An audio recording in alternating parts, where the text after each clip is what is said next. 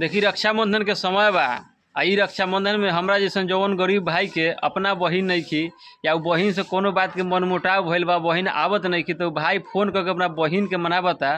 रक्षाबंधन के दिन कैसे मनावता सुनी कि राखी बिना सुना बाटे हमरो कलैया, राखी बिना सुना बाटे हमरो कलैया।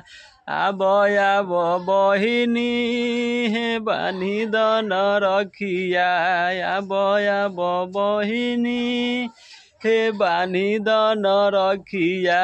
बांधी के रखिया खिलावन मिठैया, बांधी के रखिया खिलावन मिठैया।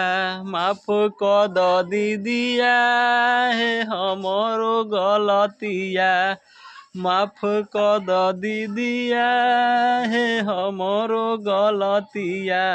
आब आब दीदी हे बानी दन रखिया, बांधी के रखिया खिलावन मिठैया, बांधी के रखिया खिलावन मिठैया।